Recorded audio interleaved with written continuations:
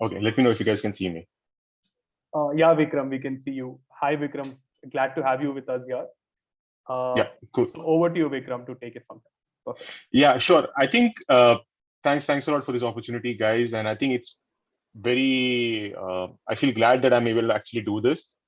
And one of the reasons I feel that satisfaction is because about 15 years ago, someone helped me in my journey.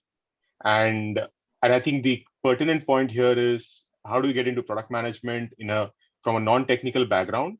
And that's something which I am. I'm actually a BCom student, accountancy student who broke into product management. And today's world, product management is all about tech and understanding the latest technology, whereas the reality is actually not. And that's the agenda that I'm covering here today. What exactly is product management? What are the operating spaces for a particular PM?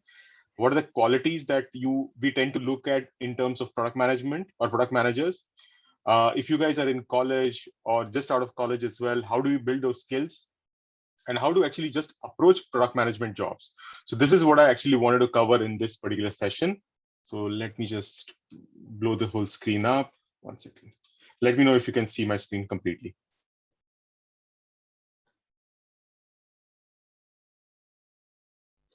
So I'll start off the whole piece. So what exactly is product management? So I have heard a lot of jargons about product management. They've been called as pseudo CEOs or product CEOs. The reality is close, but it's not completely there. It's one of the few roles in a company which is a business role. And that by that, I mean that it is not stuck to a particular department or a particular function. So you have other roles. Let's take, for example, finance. So you'll stick to finance. You'll have HR, sticking to HR, legal, or technology or whatever. Product is one of the few roles wherein you will have to work with just about every department. And there, I think a lot of the times I've had product managers who come up to me saying, I don't know anything about finance. I don't know anything about sales, marketing. What do I do? And the reality is you have to be a jack of all trades and a master of none. You need to know what levers to pull, when, and how to do that. And that's one of the critical skills that is required in product management. And you work with every department. You have to be comfortable and you have to go ahead and push people or work with them to be able to get your task. So if I tell you that your strategy is actually to grow the business, you'll have to figure out how to grow it. Do I do work with marketing teams? Do I have to do work with finance? Do I have to run promotions, campaigns? Do I have to hire people? What is happening there? And in terms of certain areas. So that's when you have to work with a lot of the departments. And that's why I say that this is actually a business role and not a department or functional role. So you have to know what's happening there, but you don't need to go in depth there.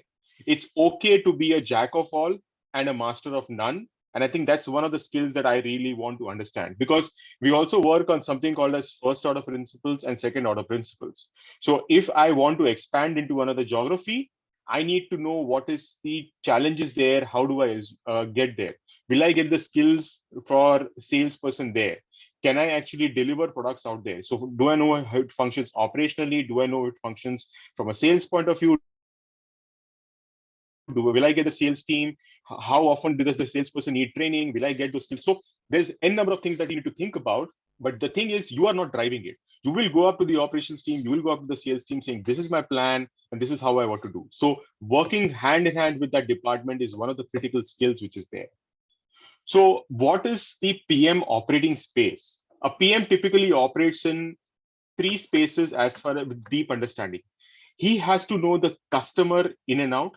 He needs to know the business in and out, and he needs to know the technology in and out. Unfortunately, what's happening is in today's market, everyone thinks that the product manager needs to know technology. Perfectly fine. It's good to know the technology. But where does the technology need to be deployed? How does it need to be deployed? Will it satisfy the customer's requirement? Will it serve for us to make money? These are critical things that you actually need to know. And what's happening is more and more we've seen that you have great technology being built, but it's lacking on the customer side, it's lacking on the business side. So you have technology which has been built, but the customer doesn't want it, and technology and the customer wants it, but the business models are so poor that those companies are actually bleeding money year on year on year. So you have to have a mix of all three. Yes, there are certain scenarios wherein the customer might not immediately accept your particular product. Perfectly fine. The adoption rates are low. or you initially you will bleed money in a business model, but then over a period of time you'll actually tend to make money. So deep understanding of these three pillars is critical. How do you operate in there, and what are the scenarios that you typically come across? It's a lot of ambiguity. Do I need to solve this problem, and how? There are multiple ways in which you can actually solve it. Second thing is decision making. What, when, where do I launch? How do I do things? There's a lot of decision making skills which will actually come in. And the third thing is trade offs. You have to understand that if speed to the market is something which is important for me, I am going to compromise somewhere else. I might compromise on quality, or I might compromise on customer experience. So how do I manage those? So ensuring that your long-term objective, which is actually being sought after, that's taken care of, and I'm able to actually handle this. So these are the three skills which I found that the product managers need to know very well. You need to know the customer, you need to know the business, you need to know the technology. Now, how do you do those? So for customers, you have the user journeys, user personas, UX research. You can have proper definition of the problem statement and all these things. Business, you have the business model. So how deep do you work with actually the finance teams, credit teams, understand that what's bringing in the money, how do I do it? A good understanding of analytics helps here. Technology, keep on reading about it, what's happening in terms of the technology. You'll get to know the technology from your competition, your allied industries, what is the kind of technology, how it is happening here. So you guys would have heard a lot about no code and all these technologies which are coming up. So just constantly keeping yourself in loop in terms of how technology works. There are some fundamental pillars in each and every one of them. Over a period of time, when you apply these skills, you'll be able to actually understand it. Trade-offs, ambiguity, decision-making, unless and until you dip your hands into product management, it's very difficult for you to build these skills. And in the coming slides, I'll explain to you how you can actually do that as well. So what are the typical PM qualities that I look for? Okay, first and foremost, he's a problem solver. If you don't enjoy problem solving, then this is not the profession for you. You have to go in and you have to say, okay, this is a great problem. I need to solve this. And you literally don't get sleep till the time you actually solve the problem. Okay, you either solve the problem or the problem solves you. So that's one. Second thing is high customer obsession. If your customer is not happy, you should not be happy, and you have to be able to figure that out. Data driven, you have to have a deep understanding of data. How do you kind of work with the data and what insights do you get on it? But there are sometimes you also work on intuition. You have to intuitively know that something makes sense for the customer and you have to do it. So that's something which comes over a period of time, and I don't think intuition is something which we can expect from a PM right at the start. You have to be able to operate at 50,000 feet. If the CEO of the company comes and asks you saying, how's the product doing? You can quickly give saying that revenue is growing at X%, cost is growing at 5%, our margins are growing, we are able to grow into these set of geographies, we need new products. So you have to be able to give a 50,000 feet as well. But you also have to give a 0.5 feet perspective as well, saying what's happening, why is the process not working? Okay, there are too many problems in the user experience, or the technology is not working, the TPS is taking too much time. So you need to be able to work in both sectors along the way as well. So depending upon what you're trying to solve, that's the hat that you have to put. You have to be prepared to swim against the tide. Out of every 10 product ideas which actually come in, there's a chance of only one which is actually successful. Actually, it's actually 1 in 20, not even 1 in 10. So you have to be able to do that. Product managers operate in three areas: manager, builder, and innovator. A manager is someone who's just coming in, knows how the whole product functions, but cannot innovate or cannot build. So when you start your career, you are probably at a manager level, wherein you are just knowing all the different elements of the product, you know how to handle it. Along the way, later on, then you build those skills, you become a builder, and then you spend the time in the builder for a long time. You then transfers the space to innovator as well. So there's a thin line between a builder and an innovator. I've seen very few guys move from builder to innovator. So you have it takes a lot of time and a lot of effort and focus to be there. Design thinking is also one more thing. How do you actually build the whole structure end to end? It's not just a great idea saying, okay, I launched the product, the feature is launched, and then after it's over to the salesperson to be able to do it. No, you have to look at it end to end, because it's a whole circular scenario. You create the product, you actually take it to the market, and you have to go back again and revamp the product, understand that competition is catching up, understand that the customer demands keep changing, and be able to do that as well. Incrementalism versus disruption. When you do incrementalism, when you disrupt. So you have to figure those two elements out as well. So there are plenty of examples in the market. If there is a question on this, we can answer it later on. Understand prioritization. What do I need to solve and when do I need to solve? Do I crawl before I walk before I run, and run before I fly? So you have to be able to know that journey very well, that what is the minimum viable product for my customer? What is the minimum set of features that I want? Can I launch a product with that? Go to the market, get customer feedback, come back in, understand what's the next set of features which need to be built, prioritize them, and just completely loop the entire story and just keep on doing it over and over and manage the whole process. So these are the typical product manager qualities that I look for when I'm actually hiring.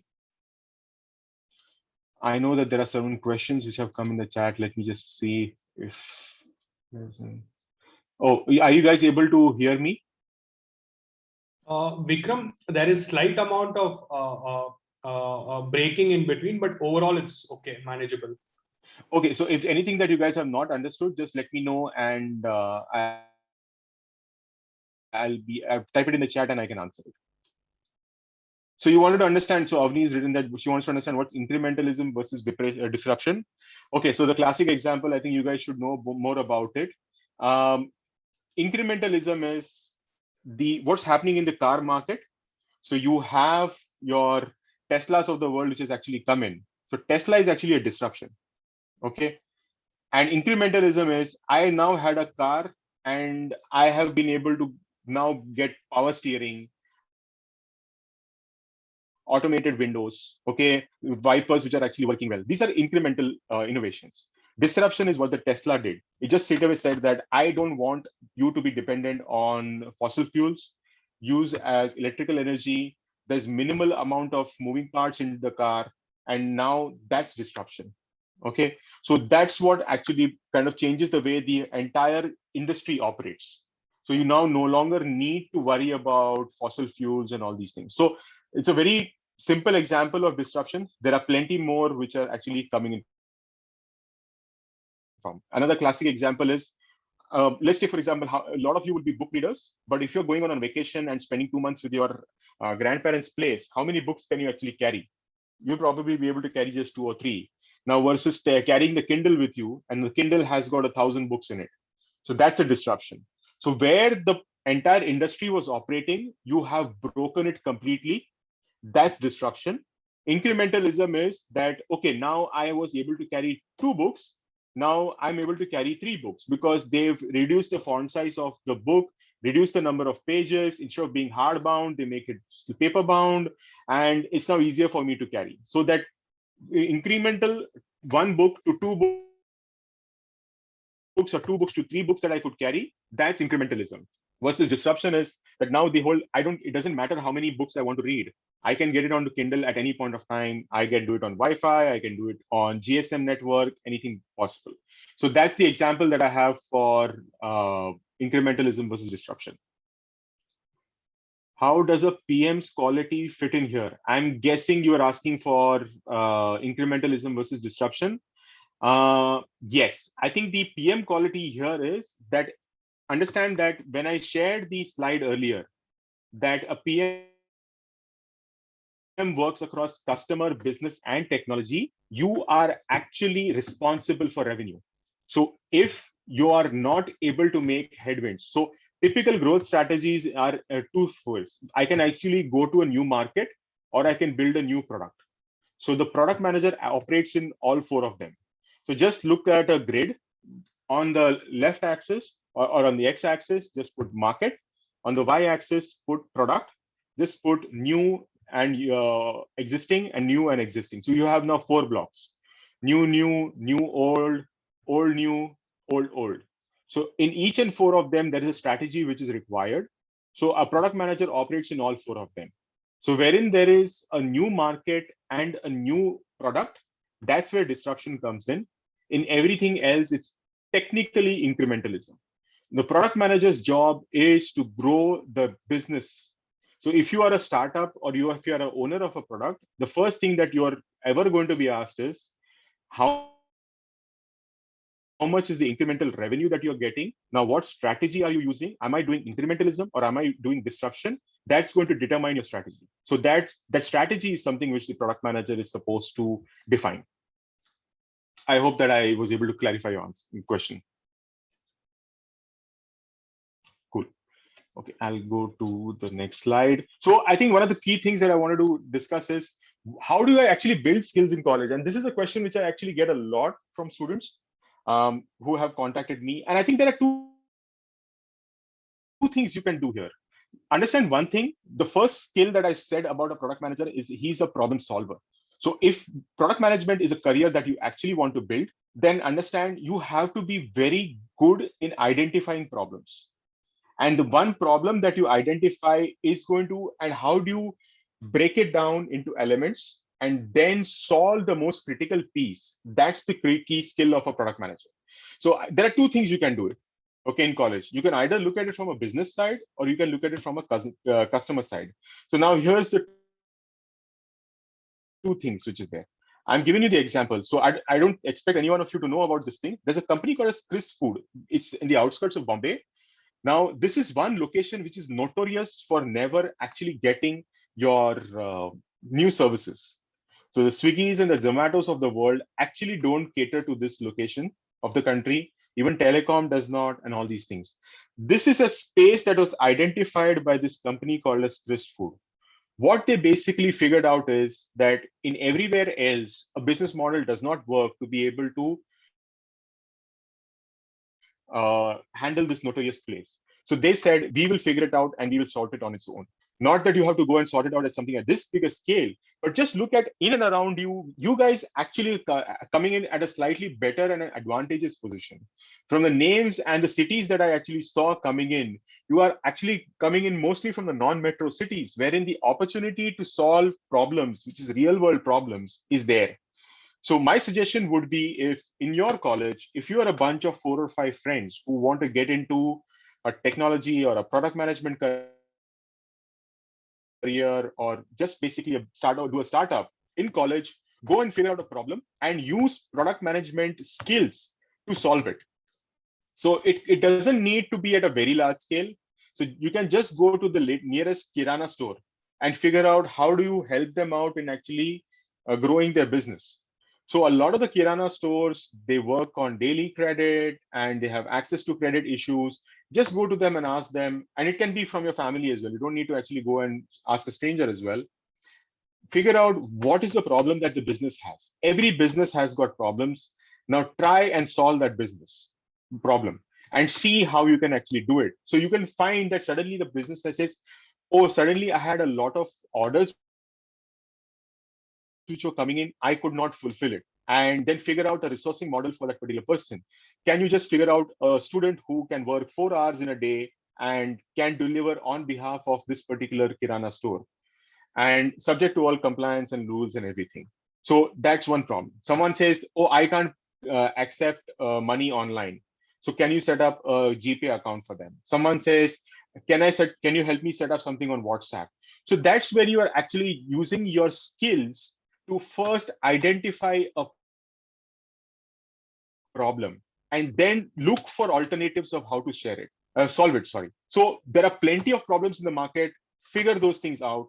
Go back, understand how to solve the problem, but don't stop there. Complete the loop. What has happened? Okay, I have solved the whole delivery related issue, but now what has happened is I don't have space. My number of orders which have actually gone up. So how do I handle that? So basically what then happens is you need a better forecasting model. So can I apply a little bit of data analytics there? Okay, to figure out what is it that my customer keeps on ordering. During the pandemic, we saw that the customers initially were ordering a lot of hand sanitizers and all these things. Later on, they started ordering for food and stuff. Now they're ordering for something else. So you can build a model for them wherein they can track the orders just on a plain Excel sheet as well. If they don't have Excel sheet, do it on a piece of paper, get them to understand data a little bit better, help them evolve. And that's when you are actually producing these skills. Second thing is on the customer side as well. Okay, pick an existing product where the customer does not want to handle it, doesn't want it, and wants alternatives. I've given the shape of a cola bottle out there. What are the opportunities? What are the alternatives available there? Customer wants something which is healthy. They want to be able to drink it regularly. Can you look at a local supply chain which can actually deliver sugarcane juice? Okay, or in just about every location in India, there is some local drink or something that can be done. So there's sugarcane juice, there's other stuff as well.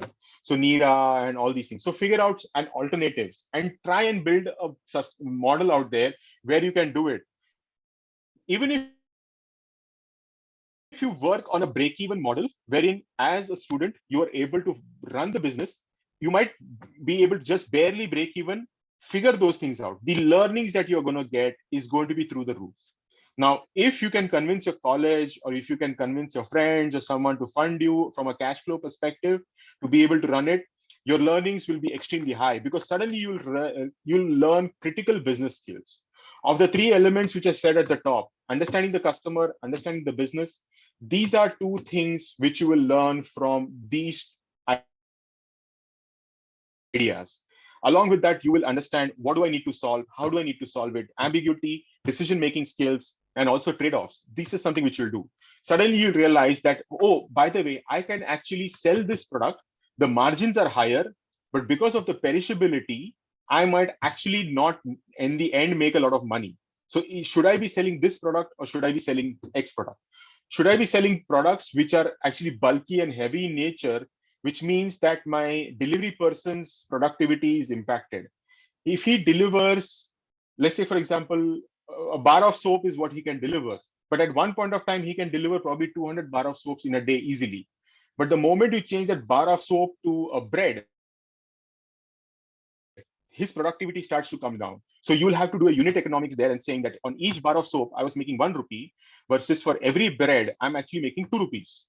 Then it means that for 200 into 1 rupee, I was making net margin of 200 rupees. Now with 2 rupees, I actually have to sell 100 bread. Am I able to sell 100 bread or not? So these are the trade-off skills that you will learn. So these are things that you can build. The third element, which you can't learn right now actively as much, is the technology piece. But technology is something which you can learn over time. And I don't think that's something we should focus on right now. Of the 6 elements, if these 5 is something you can practice and do, I think that's where you are actually going to be doing a great job for yourself. And that's the advice that I have, saying learn these critical skills and be able to articulate it well. So the next time someone actually comes to your college and says, asking you for an interview, you can go to them saying that as an internship or as a side gig, this is what I did. I helped out a friend of mine run his business better. We were able to take his business from an annual 10 lakhs rupees to about 11.5 lakhs. And this was my strategy for that incremental 1.5 lakh rupees. I found out these are the products which sell. This is what the customer wanted. This is the demand. This is the amount of profit that I made. This is the kind of decisions that I had to take. You will blow the interviewer. And that's the thing which you should ideally focus on when even you're giving your interviews as well. Real hard, real world problems that you solve, those are the ones which will actually stand you in great stead rather than going out and saying that I know something. I have a lot of APMs and PMs who kind of come for product interviews. And I ask them the first question saying, what's the problem statement that you're solving? How did you identify that particular problem? What is the structural issue of that particular problem? Was it a supply side issue, a demand side issue, productivity issue, margin issue, cost, revenue, product adoption, all these things? I want to know whether he structurally understood the business problem and then what interventions did he apply to solve it. So was it a unit economics issue that the more I had a huge fixed cost related business, unless and until I get more and more customers, I will not be able to allocate that fixed cost over a larger customer base or order base. And the moment I cross the break even, I'm only making margin after that. So these are structural things which I want him to understand. I don't want him to tell me about technology piece. I think that's something which we can easily solve. There are enough technology folks in India right now that you go to them with a clear defined problem, they can figure out the technology piece completely. So this is the 2 options that I will say. pick it up in college, even if you do it at an extremely small level, the moment you get a little bit of success, you'll be surprised at what you have learned and how fast you can scale things. I think India and the global world as a whole needs you guys to go and try and solve these problems. And I think coming from non-metro cities, the opportunities to apply these is very high. And thirdly, technology is now easily available, irrespective of where you are. So those barriers are gone. And a lot of these startups are actually coming from smaller cities in India now. And that's the trend that I've been able to see. And it'll be surprising that the use cases which you find for the technology and the product, you might not be able to find it so easily. I think the trend is universal, and it's just not got only to do with product management. Look at the sports as well. Some of the best players playing for the Indian cricket team are actually from non-metro cities now. So it's a similar scenarios as well. The more you deeply ingrain yourself into finding out business and customer side problems, try to solve it, ensuring that you don't burn your fingers in terms of cash flow, but at the same point of time, understand the fundamentals of business, you will be able to build your skills very well. So that's the advice that I actually give to a lot of people. There's a third element as well, which I typically give to people who are already working, is pick a problem from your existing company and now solve it like a product. So that I will not tell you here because that's not applicable since most of you guys are students. But these are the two examples that I can give you. Figure out from the customer side, figure out from the business side, get your hands dirty, and just build these 6 skills and just figure it out. And that's probably the advice that I have. What's the reference material to use? You can use simple stuff which is available online. So there is the product school, which is there on LinkedIn. They have the product book. You can just go to their page and they'll send you the ebook. Then there is articles and stuff which comes from product folks.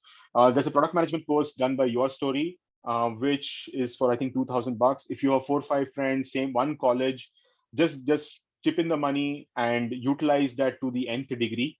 Multiple logins and whatever, how you're going to do that, and get your skill sets there, how people solve it. Then there are good books to read. Swipe to Unlock by Parth, Neil, and Aditya. You should be able to get it on Amazon pretty easily. So that's a good book. And on Kindle, it's just like 69 rupees or 70 rupees. So you can easily take it on your phone and read that book.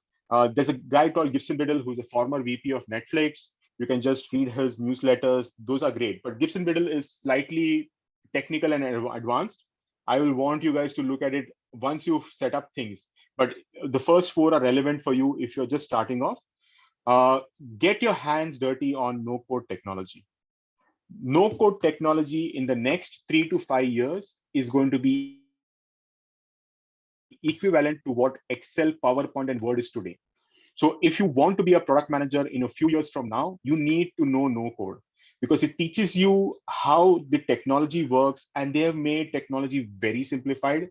So Adalo, Webflow, Card, Zapier, and all these things, you can easily find their course content on YouTube. You can do that. And watch product interviews on LinkedIn. So there are lots of guys who give product interviews. Just see how they are analyzing a particular problem and how they're putting a structure to it. So that's the kind of advice that I will give you. How to approach PM job? Please understand, it's not great to be just a PM. The goal is to be actually a successful PM. I've had a lot of guys who got into product management, got scared looking at the number of people they have to work with, looking at the number of departments, the complexity of the problem. They almost got intimidated and they've left. I think a lot of people look at product management and say, oh, that's such a great or a cool designation to have in the organization. Most product managers typically roll up straight into the CEO or straight into the CTO. It's great. Don't do that. Okay. Second thing, product management roles out of college is very difficult unless and until you make a great case for yourself. So if you follow the options that I gave ahead and start off and say, this is how I was able to do it. I did the course. I applied those skill sets. This is what I learned. If you're able to articulate it very well, you have your chances go up. But if you are just going to say, I'm out of college and I just want to get into PM role, it's very difficult. Ideally, if you are fixed on a product management role, that's a role you have to look at 4 to 5 years from now, not immediately. So focus on that. Focus on upgrading your skills and continuous learning. Write a product document from option 1 or option 2. Just keep on writing that document over and over again. Keep improving stuff there, putting in the data, putting in your understanding of how to solve that particular problem, and just do all that over and over again.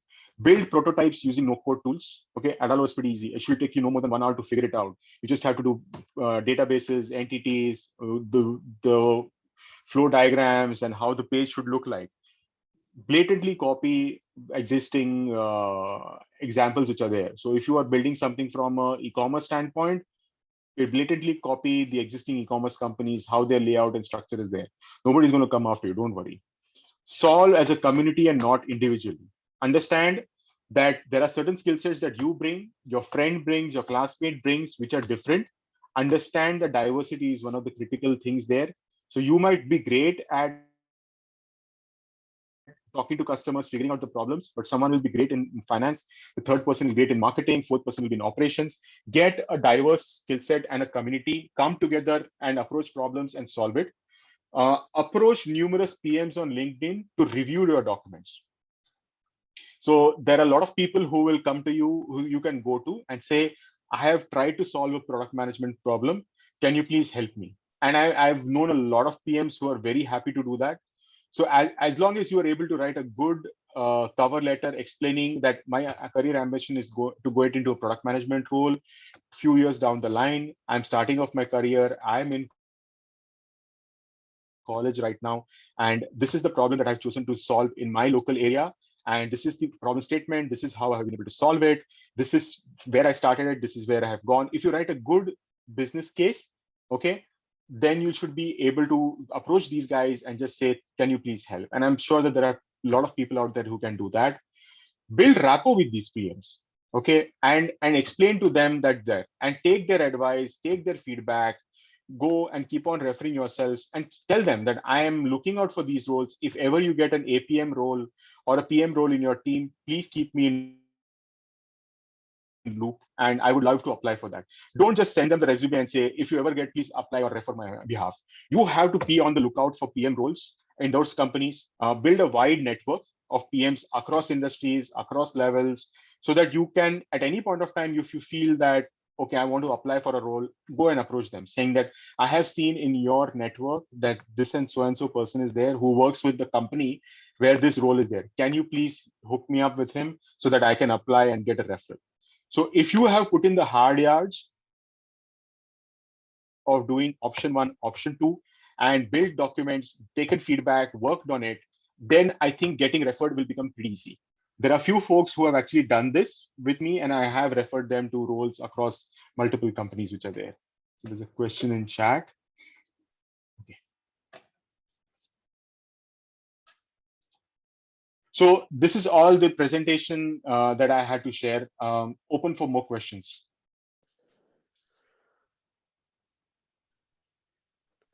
So guys, you can shoot your questions now.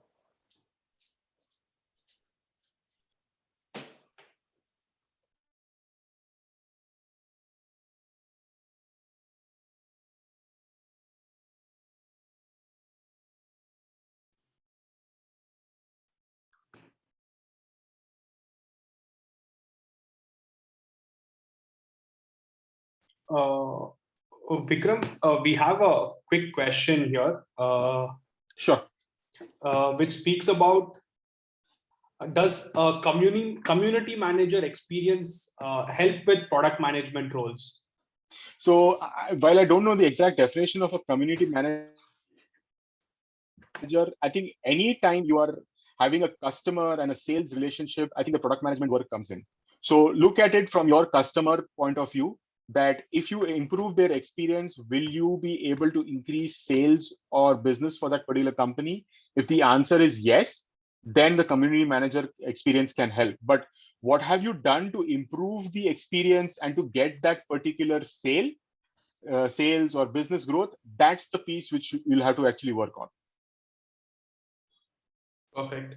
With that, I will just go to the next question.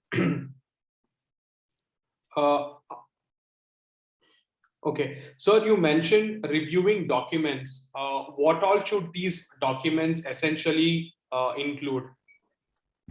So the document typically says about what is the business problem, okay, and define that. So let's take, for example, you can say, I live in an area where the number of products which are available is not as high. So it's a selection problem.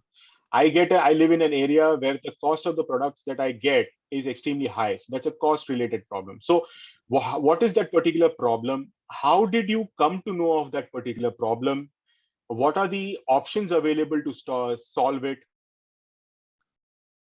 How did you solve it? What is the end result? So just start from there. And did you solve it using technology? Did you solve it using simple elements? So not everything needs to have a technology related solve. So let's say, for example, you live in an area wherein the products are not easily available or the cost is exorbitantly high. So can you combine orders from 10 different people together, go to the wholesale market, buy it at a cheaper cost, and then be able to serve your customer better? So these are interventions that you are doing. So figure out what those are and then write the whole document basis there. So start off from simple elements there. And once you start writing more and more, you'll realize that I can do element stuff. So the person who's reviewing your document, he will ask you saying that, okay, what are the products which are having high cost? What all can you actually reduce it? Because you can't do it for everything. So what is the sales cycle? Okay, if you invest X amount of money, how fast will you recover the money? What is the amount of margin that you can make there? So these are typically what you'll want to cover in that particular document. Got it. Thanks for clarifying that, Vikram. Yeah. Vikram, with that, I'll go to the next question. Now that most of them here are currently enrolled in a college program, right? They're currently studying in one of the other courses in various colleges. What should be their first step? I remember you mentioning about identifying a problem, but for them as a college student, what is the ideal next step that they should actually focus on in terms of getting into the PM role or getting into looking at PM as a career? Got it. So it depends upon how many years still to graduate. I would say if you have 1 year or 2 years. So if you're in the last year of college, where typically the studies and all are pretty hard in the sense that it's grueling, I will not suggest you to do that. Maybe if you have 1 to 2 years yet to graduate, that's when I will want you to start off. So collect a few of your friends who either want to do a startup or get into a product management role or have skill sets which complement you. So you can be the PM, they can be the finance guy, the operations guy, or something of that sort. And then just look around you to see some kind of a problem which is there. So it can be a distribution related problem or whatever is it. Identify that problem and just at least take a crack at how to solve it. And then later on the line, if you can actually solve it or take a dig at it, do that. Third thing that I would say is that once you build your team, once you identify the problem and you've taken a crack at it, accordingly start putting it in your resume. Enter business case competitions of how to solve it or something of that sort, so that you are now actually creating a path to show people that I'm deadly serious to get into a PM role or actually get into a business role. And this is something which you can do for a PM role, or you can do it for anything else as well. So if you want to get into sales, if you want to get into operations, or you want to get into any other role, you can do this. So it's not just specific to do just PM roles. It's just that for the PM role, probably the journey is a little bit longer because you tend to then need to work in multiple facets and understand that before you can start applying. Got it, Vikram. Vikram, thanks for clarifying that. I'll just quickly pick up the next question. The next question is from Lakshmi Narayan.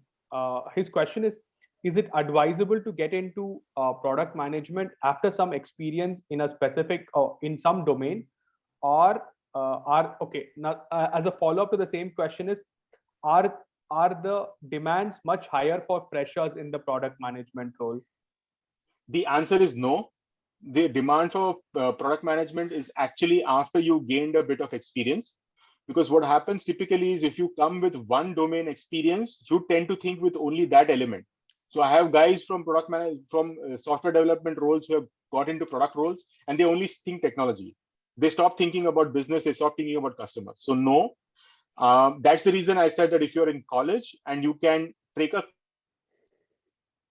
crack at solving a problem and get yourself skills in looking at different areas, that's advisable, because college is probably the best time you can get that wide experience, because the moment you get into a job, you tend to want to excel in that particular domain or that particular role. So you tend to kind of have blinkers on, basically. Got it, Vikram. Vikram, I have a personal follow-up question to this. So what we have also recently noticed is a lot of startups which are in very early stage, say before Series A kind of startups, right? Seed and Series A kind of startups. They hire a lot of product management interns where they want to give some sort of an exposure to these students, right? And there are also these associate product manager programs and fellowships that have started in India. Do you think that act as a bridge for these fresher or students who are about to graduate to explore getting into product management as a career? Yes, they do. I think if you get an opportunity to do a product management internship, do it. And then the other thing is, understand the interns typically get a very small section of the product to work on, not the whole thing. But at that point of time, having a good rapport with your the product lead or the manager that you'll be reporting into is critical. And just working with him to understand why he's taking certain decisions, what all are the trade-offs that he considered, and what is the ambiguity that he faced. Just sort of discussing with him and reviewing all the documents or PPTs that he's making, I think that will help you a lot. Got it. All right, so I think we have one question from Shubhra. So she asked that, okay, so all the documents which Vikram has just mentioned some time back. So like, where are these, where can they get the example of these product docs to learn actually how is the thing done?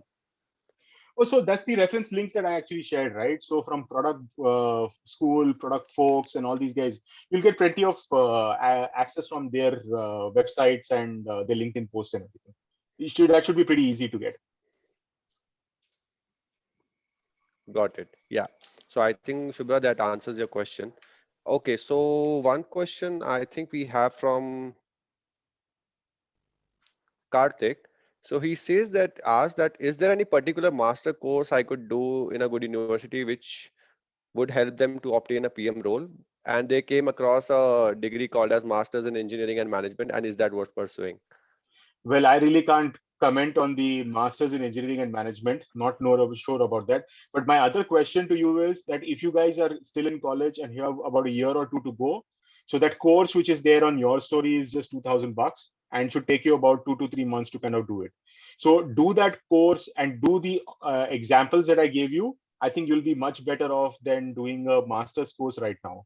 Because even if you do the master's course, you come out of the other side, you're still a fresher, right? So you'll basically get to work at an APM level and just start off your career. So that's my suggestion. I would not want you guys to do a product management related 1 year or a 2 year course. You can do it in probably a few months, but applying those skills is far more important than actually just knowing it. So that's my view on it. I hope that answers your question, Karthik. So we have another question from Avni. She asked that, okay, what are the first order and the second order principles? Okay, first order, second order principles are, what should I give as an example?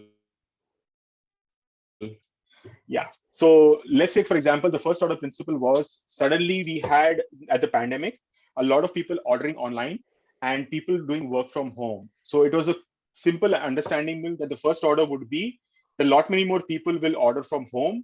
You want home deliveries, which will actually happen. But what is the second order principle of that, which is actually happening? It means that suddenly we found that actually delivery vehicles became a scarcity. So in a lot of these e-commerce companies, delivery vehicles are typically an outsourced model. And with the volumes growing through the roof, suddenly tempos and all became very small. So the second order principle principle was the tempos which are not being used for existing business. Let's take, for example, grocery deliveries, wherein you are not allowed to do that because the store is shut. They got pushed into actually doing this. And now when the pandemic actually came down and all of these opened up, the demand for tempos actually went up. So that's a second order principle. So you have to understand that the first order, whatever that new paradigm what created, how was it fulfilled? But now that it was actually fulfilled, what has happened after that? So because your original state is now being changed. So how is it getting affected? So there are second orders, there are third order principles. So there's a guy called as Michael Simmons who's actually written a good book on that. So you should actually read that on first order, second order principles. All right. Thanks, Vikram. I hope this answers your questions, Avni.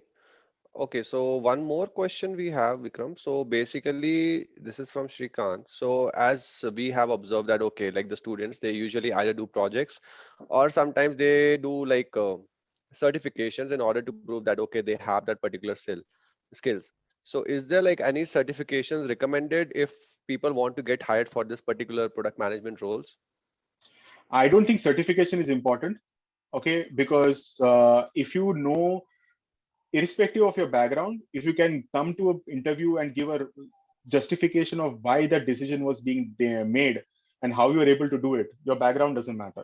And that's exactly the point that I was making. I actually don't come from an engineering background. I did my BCom and then I still ended up in product management. So if you have sound fundamentals in terms of why logic was used and how you understand the business pretty well, you can pretty much do that. Now, in terms of certification, I will say no. But if you have an idea for a startup and if you go to an interview saying, I put my idea and I built this whole prototype, I use the no-code tools, this is a problem statement, and start moving the whole interview towards that direction, then I think you will be far more better. Because what happens is typically when you say a certificate, the interview starts asking you questions saying that, oh, what did you learn? Oh, I learned market research. Said, which kind of tool did you use in market research? And then if you by chance don't answer something correctly, which is theoretical, you tend to have a negative situation versus you just said, okay, you know what, I did this. I did a very simple course, but then I applied it. And this is a principle that I did to apply. The person will ask you questions where chances are you know the answer almost 80 to 90% versus asking it from a certificate wherein chances of you knowing the answer is only about say 40, 50%. So you might be lucky to have read that particular chapter from research. If you're not, then you basically don't have an answer to that. Versus saying that I did a market research on a particular product. Okay, simple as that, saying that why ATM usage actually went down in the pandemic, what could have been done, who are the typical users, all these things. So you can structure your answer far better there. So certificate is, if you have a certificate, great. It's an added advantage, but application of it is far more important. So I hope that answers your question, Shrikant. So I think, so do we have any other questions from any of the attendees? Yeah, I just see one question here from DJ. He says, why most of the colleges ask for computer science background as a prerequisite? If it's not all that important. I think the element there, DJ, is a lot of people assume that computer science background or engineering background, people come with far more understanding of data, structure, algorithms, and analytics. That's why they tend to take a stance. And the other element is this whole, what should I say, sentiment in the market that product management evolves from people from computer science, which is not true. So if you can show that you have a sound understanding of business, customer, and technology, I think that should be enough. The third thing is, as I said right now, the no-code technology, which is there, that's going to be a big equalizer for people from non-technical background, because using no-code is as easy as using an Excel sheet. So if you can spend time with that, if you understand how elements work on UI, UX, how that whole layout should work, and what is the database structure, that's enough to get started. You don't need a complete understanding of computer science. I hope that answers your questions, DJ. So to all the attendees, so we have shared a feedback form as well in the chat section. So I would like to ask 30 seconds for yours to please fill up the feedback form so that we can keep on organizing more webinars like this. So Vikram, we have one more question. So Avani asked that, okay, how is like UX UI designing experience, like how helpful it is in establishing as or transition into a PM, an So I do experience have lead. product designers in my team who've joined in, and I think UI UX is very important because the whole experience of the customer is now becoming far more critical, and business is not no longer about just a certain element or on the app. You have to now look at UI UX across the app, mobile, social media channels, phone, IVR, WhatsApp, messages, everything. So businesses, as they've become bigger, they've tried to understand now that the customers can come to you from any of these channels. So how do I ensure that the user experience is great? So a lot of the big, large companies have started to understand this, and they are not only looking at it from a support standpoint, they're looking at it from a marketing standpoint, lead generation, post sales, everywhere. So UI UX is good. It's more on the product designer side, and that's also one aspect through which you can actually get into a product management role as well. So I hope that answers your question, Avni. So I think we have had all the questions, Vikram. So probably like last, like we can like wrap it up. So if you can just quickly like give a brief summary of like what should be their like course of action from now on, this moment, like if they want to crack into this role, starting immediately. If you can just briefly touch upon that. I'll say just get hold of a few friends who are as what should I say, industrious as you are, who have an intense interest in actually opening a startup, getting to product management role, or have very specific skill sets which you have. Build a team, figure out a problem, and try and solve that, and use that also in your resume. I think if you go to a resume and tell someone that I have been able to figure out a problem and solve it and then put it in the resume, it's good. A lot of freshers have that problem that when they put it into their resume, they tend to have only certificates or they only have their degrees, right? They don't have anything else to show. I think you guys are at the right age in your late teens, early 20s to be able to kind of show something that I worked on a particular problem and solve it. And trust me, there are problems aplenty in the market. You just need to be diligent enough to be able to solve it. So just get a team, get a problem to solve, and just put your skill sets and apply it. And that's what I will want you to put it into your resume, and at the same point of time, even in your interviews as well. Take your interviews towards there. I know that there are sessions that you guys have done on interview skills. I think one question which I'm sure a lot of freshers will be like, what do I talk in the interview? I'm just a fresher out of college, I don't have anything to show. I said, don't worry, same thing happened to me as well 15, 16 years ago. So that's what you do. You kind of use this experience and then you speak about it in your interviews. And if you don't get into product management roles immediately, don't get disheartened. One of the lines which I actually mentioned there, saying that you need to be able to swim against the tide and persevere. So there are people who I know started off with sales, then operations, and then finally got into product management. So after spending about 5 years in the industry, so that's how you can actually take your career as well. But make sure that that's what you want to do, product management. So get that experience in college. You understood where you want to go, build that skill sets, and over a period of few years, get there. Thank you so much, Vikram. I think that would be really insightful for the all the attendees who are attending this event. So at last, I would like to like thank our partners, CII, Young India, and Canva, and Yogi, obviously. So like who has helped us arrange for this webinar. Also, would like to like highlight Campus. We at Campus are a campus placement enablement system who are providing easy hiring to various companies with a one-click access to top university talent.